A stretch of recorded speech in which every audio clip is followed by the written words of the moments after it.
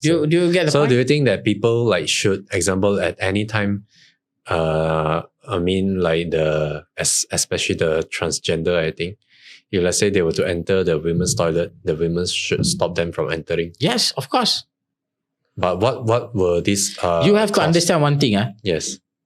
Bila kita kata LGBT, walaupun dia berpakaian seperti wanita, tidak semestinya dia hanya bernafsu dengan lelaki ya. Yes. Dia boleh jadi bisexual. Yes. Do you get the point? Yes. Kalau dia bisexual, saya tak tahu mau cakap open ke, mau cakap macam mana. Just get the go point? ahead. Kemudian you bawa dia pergi masuk dalam toilet perempuan. Tiba-tiba keluar pula dia punya mood. Oh, sekarang dia suka perempuan. Macam? Yes. Do you get the point? No, I think this Okay. somehow it's not like funny, but it's a serious thing that we need to face. What actually determine? Contoh, what actually determine seseorang itu adalah lelaki? Like he is born a man. Okay, what The- actually determine dia adalah apa yang membuktikan seseorang itu adalah lelaki? The gender, the What do you mean by gender? the parts, The feelings or the part? like both. Both? No, Huh? feelings. I don't care about your feeling. How you feel like today? You feel like you are a cow. I don't care. You are a man. Exactly. Tapi hari ini kalau you tengok perbincangan they are all di kalangan stupid, right? orang LGBT, dia akan cakap apa? But inside me is woman. I don't Who care. cares what is inside you? I want to see what you have outside you, because outside you can be dangerous. Yes. Do you get what I mean? Yes. So example, okay. Kalau kita nak cerita open lah, open, apa yang membuktikan seseorang itu lelaki adalah kemaluan dia.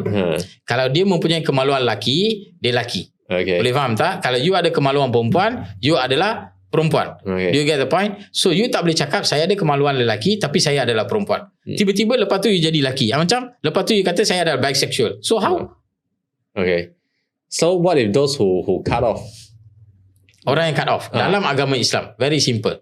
Bila you cut off, Islam aside, but we are talking about example here in dunia. Example for those who cut off, are they like women or men? They are still Okay. men, right? they're still men. According to us, Not a complete man lah. yeah, not a complete man. Okay, Right. saya punya point sekarang macam ni. Ada setengah orang, okay macam ni. Kalau saya, you ask, dalam saya punya IC, boleh tak saya pergi dekat JPN? Saya punya umur sekarang let's say 40. Saya nak minta dekat JPN. You see, you know what? Saya sebenarnya saya pergi make up apa semua, katalah saya pergi buat surgery and everything, sekarang saya sudah nampak muda. Saya pergi dekat JPN, saya kata sekarang saya dah nampak muda, saya nak dalam saya punya IC you letak umur saya 30. Definitely. I born 84, I want you to put 94. Saya pergi fight. Why? Bila saya tukar 94, does it disturb anyone? No, right? No. Tak ada kacau siapa-siapa kah? No, Tak that's ada. all. Generally lah. Dia tak kacau siapa-siapa. Ada kacau, nanti saya akan bagi tahu apa benda yang dia kacau. Okay.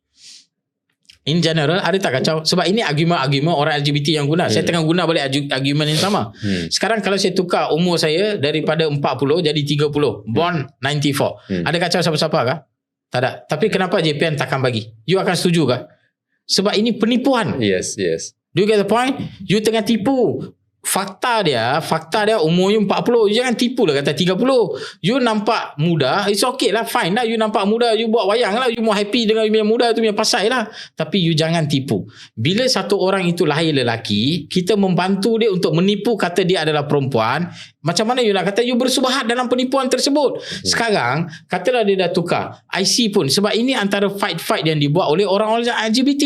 Sekarang you buat IC tukar daripada lelaki terus jadi perempuan. Okay, dan kemudian satu orang lelaki yang betul-betul mau kahwin dengan perempuan kena scam kahwin dengan dia. Berapa banyak kes? Ayo. You Then faham how, tak? Sekarang bila dia Only kahwin they dengan realise, satu Ayo. How? Dia kahwin sebab dia nak dapat zuriat. You kahwin ni orang sampai mati tak dapat zuriat, dapat anak angkat juga. Untuk dapat anak angkat kena ada siapa-siapa buat anak haram baru you boleh dapat anak angkat. Ataupun kena tinggalkan anak tersebut. Do you get the point? Yes. What kind of society are you trying to build? Untuk you orang semua jadi LGBT, kemudian you kata anak tak ada pun you boleh angkat anak angkat, kena ada orang lain berusaha untuk dapatkan anak angkat itu. So the whole world will just go wrong along the way. Like more wrong lah than ever lah. morally wrong, boleh faham tak? Yes, Okey, macam ni. Dalam hidup ada tak kita buat salah? Ada. Ada tak kita buat silap? Ada. Tapi you janganlah buat benda tu jadi official, semua dibenarkan. Come on. Dia mesti kena ada sekatan. Kalau tak, dia akan jadi cacah marba. Bagi saya, permintaan orang untuk setuju biar dia tukar, itu dia punya hak untuk ditukar jadi laki perempuan. Itu kita bersetuju dengan orang scam. Dia tengah scam. There is a case in India. Seorang lelaki telah berkahwin dengan seorang wanita. Okay. Boleh faham tak? Okay. Untuk tempoh yang begitu lama. Okay. Akhirnya baru dia dapat tahu wanita yang dia kahwin itu adalah lelaki. Then how? You semua heran kan macam mana dia buat ni malam dan macam mana dia takkan bersama, dia tak tahu. They turn off the lights. So perempuan ini pun dia kata hampir 3-4 tahun dia pun jam. Pasal apa setiap kali nak bersama dia mesti akan tutup lampu. Kemudian dia takkan saya baca ni, ini saya baca tau. Dia akan tutup lampu dan dia akan bagi position yang dia tak boleh nampak. Dan dia kata selama 4 tahun dia tak pernah nampak kemaluan suami dia pun. This one just make me vomit. Saya punya point. Saya punya point. If you don't call this a scam, what else you want to call? Okay. Enough with this like glowing in the dark kind of thing. Just make me sick.